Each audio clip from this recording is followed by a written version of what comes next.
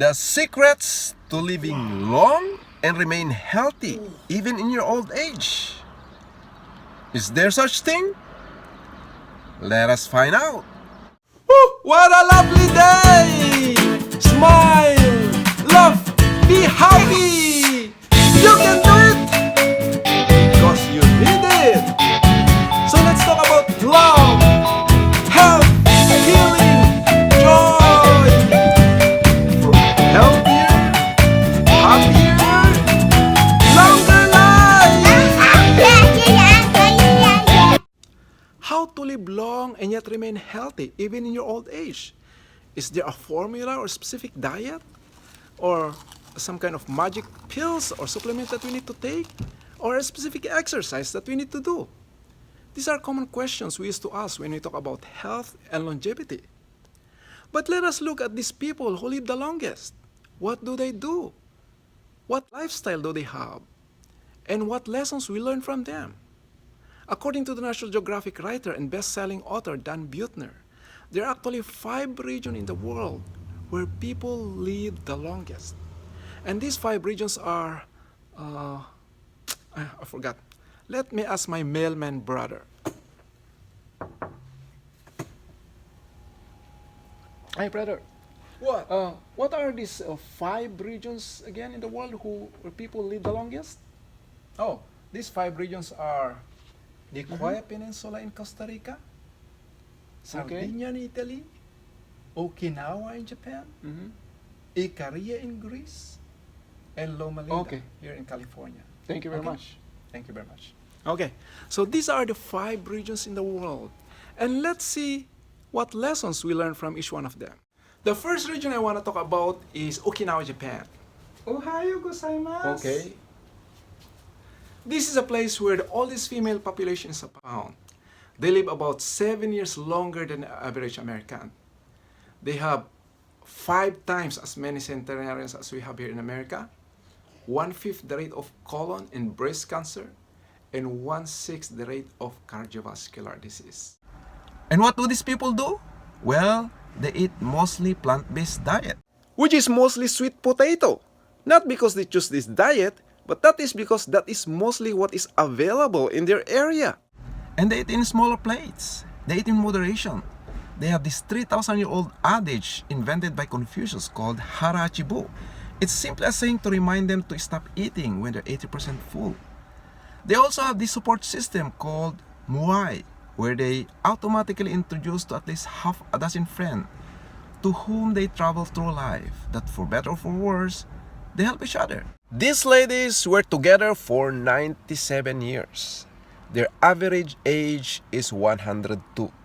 And there's no word for retirement in their dialect. Instead, they have this one word called ikigai that keeps them from being active throughout their life, which means the reason you wake up in the morning. This 102-year-old karate master, his ikigai is caring and teaching martial arts. This 100-year-old fisherman, his ikigai is fishing 3 times a week. This 102-year-old woman, her ikigai is caring for her great-great-grandchild. The second region I want to talk about is Sardinia, Italy. Buongiorno.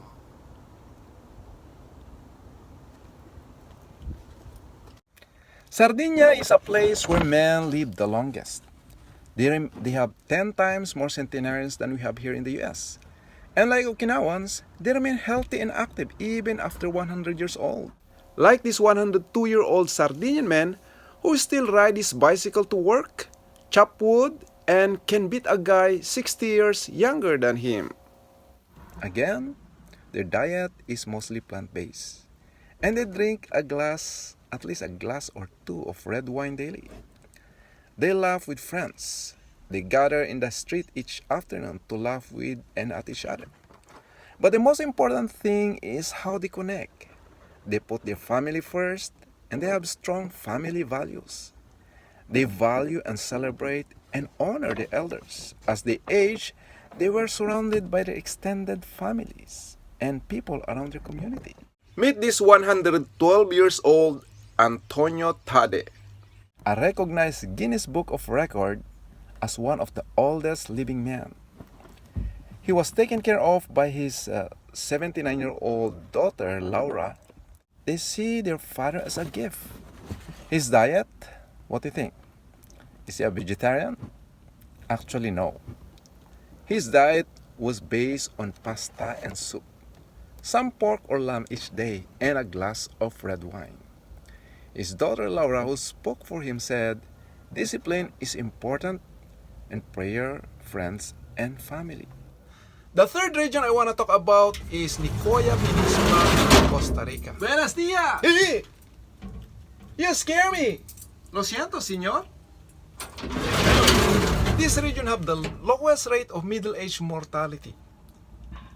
It means they have greater chance of becoming healthy even in the old age, 100 or even more. Centenarians in this region live with their families, with their children and grandchildren. They not only receive support and assistance from their children, but they were respected and valued, which gives them a sense of purpose and belonging. Plan de vida, as they call it. They receive frequent visits from their neighbors. They know how to listen, love, and appreciate what they have. And like Okinawans, they also never retire. They enjoy physical work all their lives. This is Panchita Castillo at age 99. When she turned 100, the whole village celebrated with her. And like many of us, she also had a hard life. She has 5 children and raised her 4 boys alone, and usually wake up at 3 a.m. daily to make tortillas, according to Dan Buettner. This is her at age 109. Aside from being happily connected to her families and communities, she is also very religious. She is now partly blind but still in good health, and is the oldest person alive in Costa Rica. She enjoys visitors. She receives a daily visits from her 93-year-old son, Pablo. Good evening.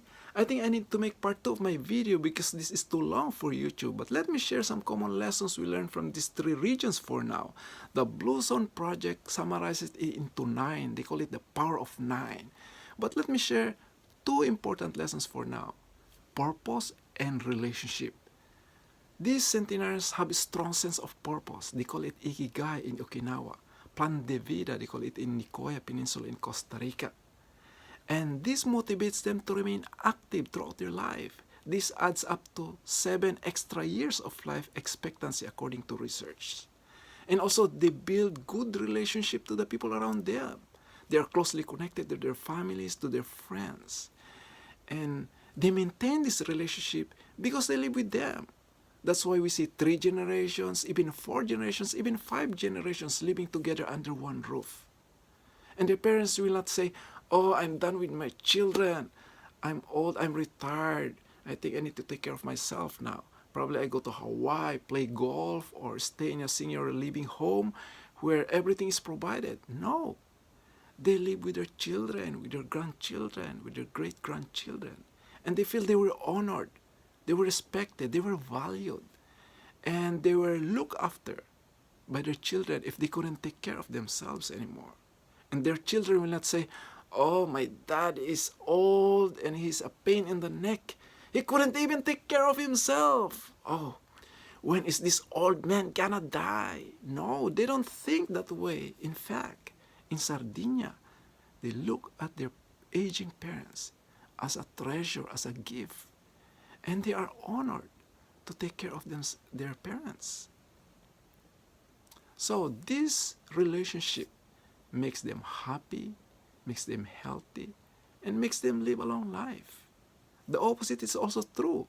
Isolation and loneliness makes us not only unhappy, but also makes us unhealthy. Loneliness kills, they say. It's worse than obesity. It's like smoking 15 cigarettes a day. Loneliness shortens our life by 15 years, according to Dr. Murthy. So, my friend, before I close, let me ask you two questions. First, what is your purpose in life? What is your ikigai, your plan de vida? Because if you're clear with your purpose, you know your priority, you know where to focus, you know where to put your time and energy. Second, how are we doing with our relationship to the people around us? How are we doing with the relationship to our parents, to our grandparents, or to our children or grandchildren? We call this vertical relationship. And how are we doing with the relationship to our spouse, to our friends? Do we have lifelong friends, Moai, they call it in Okinawa? How are we doing with our relationship to the people around us determines how much time we spend for them. Honestly, I'm guilty with this, but I'm working on it. If you are familiar with Bronnie Ware, an Australian nurse who interviewed these dying people in the palliative care, and she wrote top 5 regrets of these dying people. The first one is they regret of not having the courage to live a life true to themselves, their passion, their dreams, their purpose in life. Second, they regret of working so hard that they don't have time for their loved ones, for their friends. So my friend, I know you're busy, but let us pause and reflect for a moment. What is really important or our priority in life? That's all for now, and I hope you learned something from this video, and I hope I entertain you a little bit with my brother. He is no other than myself. And if you find this beneficial or helpful, please share it to others, especially to your loved ones. And please like and subscribe if you don't mind. And I'll see you in my next video.